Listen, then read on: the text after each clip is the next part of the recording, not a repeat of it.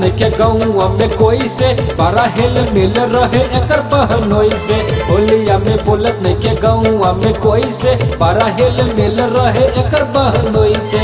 गलिया रोज मलबा बेले ई छौड़ी जीजा से रोज डलबा बेले ई छौड़ी जीजा से रोज डलबा बेले। होलिया में बोलत नहीं के गौआ में कोई से बारा हिल मिल रहे एकर बहनोई से। होलिया में बोलत नहीं के गौआ में कोई से बारा हिल मिल रहे एकर बहनोई से। गलिया रोज मलबा बेले ई छौड़ी जीजा से रोज डलबा बेले ई छौड़ी जीजा से रोज डलबा बेले।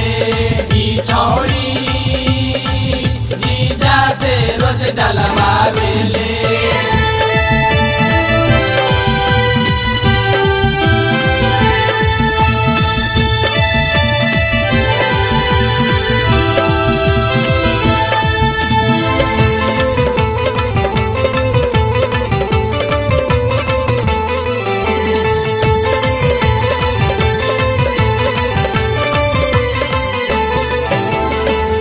रह जाल लैका सब इहवा हार के निक लागे रंग एकरा दीदिया के घर के।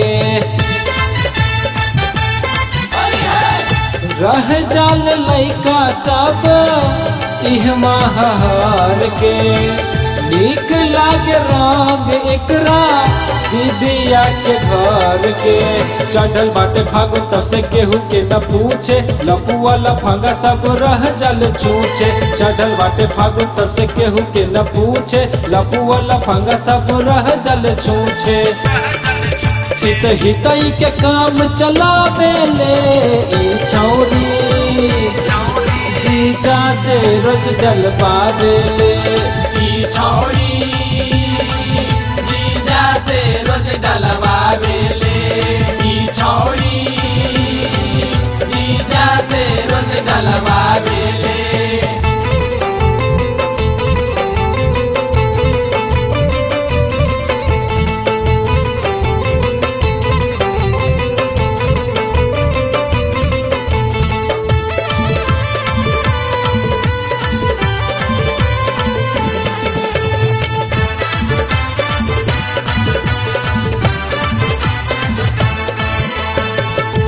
देखे में लागेले कितना ही साद हो दूसरा के घर के ही कर ले बर्बाद हो।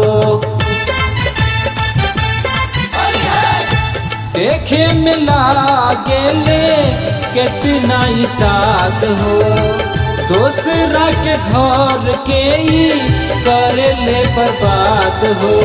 एकर भइल बाटे छिनड़ी के चाल हो कुकर में एकरा गले लागल दाल हो।